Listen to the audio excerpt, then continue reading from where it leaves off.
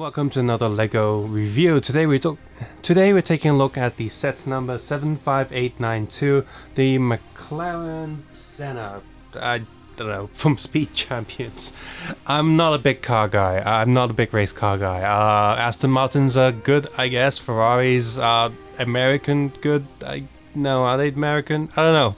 I don't know about cars, but I did play Need for Speed Underground back in the day. I did like the Most Wanted one, and I did like the Most Wanted game, not the original two, like Hot Pursuit or something like that, the Most Wanted one afterwards. And I really enjoyed Project Gotham Racing 2 and 4. I did like the original Forza Motorsports on the Xbox 360. So I like cars to a certain extent, but I'm not that big into them. So I can't tell you, car stuff. But I know when I see a cool looking car. So the Speed Champion stuff have interested me for a while now. I'm also interested in one of the Formula 1 sets maybe.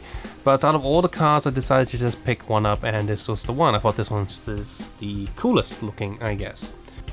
And for such a small box and a very decent 120 Hong Kong dollar price, this thing was really heavy. I was like, Christ, why is it so heavy? And then turns out that this set has a lot of small parts. Despite the size of this thing, this has a lot of parts inside because the entire car is made out of many small parts, individual pieces, which would also explain why the instruction booklet is also really thick for such a small set. This is a big booklet. And there are a bunch of spare pieces as well, but the best spare pieces are the extra set of rims, which are different from the other four pieces used in the instruction book, so you can actually have some sort of car pimping stuff if you want to do that. Yeah, I saw a few episodes of Pimp My Ride. Most of them are really stupid. Like, why would you put a machine that shoots out a deck of cards next to the exhaust so you can suck and breathe exhaust fumes while playing cards with your friends sitting on the floor behind your car? That's retarded. Yeah, if Pimp My Ride's still happening and you ever get a chance to have your car on it, just say you like music or video games and stuff, and then they'll just jam your car full of like consoles and speakers and whatever, and then take your car home and then just take that stuff out and put it in your home. Just like, I like Xbox, and they'll put Xbox and the PS4 in your car, and you just take that out of the car. don't say you like playing with cards. Stupid. Anyway, we got two builds in this and one accessory. You got this wrench there for pimping the rims, I guess. We have this speed win test thing. It doesn't spin that well, but there's a little handle thing on the back so you can be like, this is the slowest spinning fan ever. So I guess you can attach a motor to that and just have it spin really fast, and I guess it would actually work as a fan because, well, it's got actual fan handles on it, so that's something. Now this build's okay, I guess. It's just their way of adding something a little extra that's simpler to build and just makes this feel more like a set than just a single car, maybe? I don't know.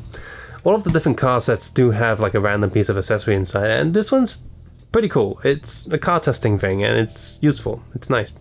Giant turbine thing. Anyway, the car itself. The driver sits inside there. Let's just pull them out. There we go. Let's have a custom McLaren uniform, of course.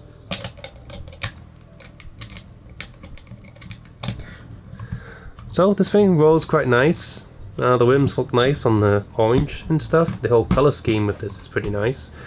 The overall look of it, just from a distance, is, I guess you would call this sexy. Like it's sleek.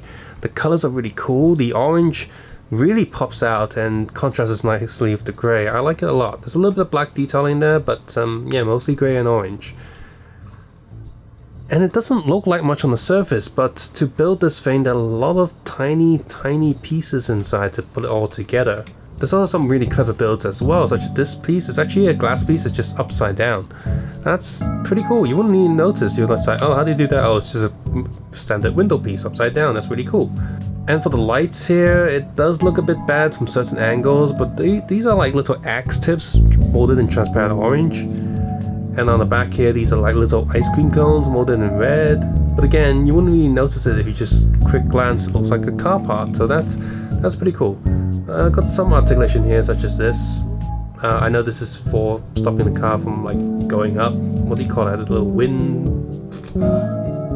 I can't remember what this thing is called. I used to. I'll see it and remember as soon as I play one of the Forza games and go into customization. But whatever. It's to stop the cars back from like lifting up from the air. It's like a wind thing. But yes, look in the front, it looks good, the side looks good, bottom something too special, always too flat, and of course this is only a one-seater like most Lego car stuff.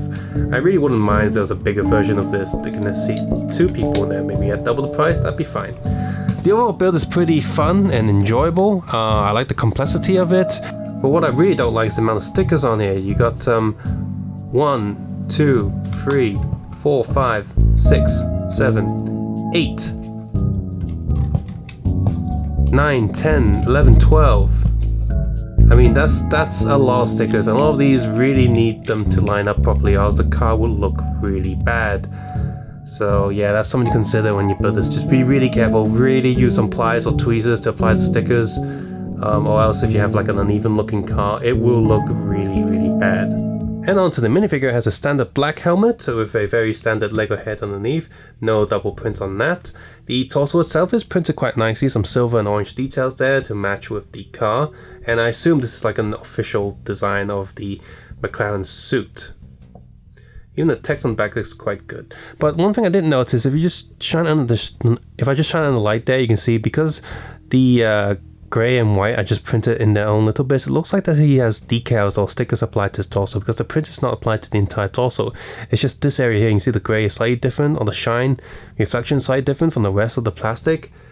That's a bit distracting, but then again you say, hey, that's realistic, that's like they were printing some stuff onto the actual suits, and oh, okay, fine. But it's just kind of weird that the white text there needs a grey outline on the grey torso. Oh well. So yeah, I like this car. The build was pretty good, and the final result looks really nice as well. It doesn't look like it on the surface, but this is quite a complex thing, and it overall just comes together really, really well. The extra build there is a nice touch, and the minifigure itself is quite unique. If you're a car fan and a Lego fan, then you definitely want to pick this up. It's a really good little Lego car. As for everyone else, it's still a very nice display, and I think it'll fit nicely in maybe some other Lego displays that you have. And yeah, it's just an enjoyable experience, and I'm somewhat looking forward to picking up a few more of these if I see any designs I like in particular. As always, subscribe, suggest, and comment below, and of course, take care and have a nice day. I will see you guys soon. Bye bye now. I know Forza has like a Lego mode and racetrack in it now, and some cars. I look forward to that when it's finally released on Steam, because Microsoft's doing that now. They're going to release some of that stuff on Steam, so yeah, I'm not picking up any games on the Microsoft Store on PC. It's a pretty trash service, so yeah.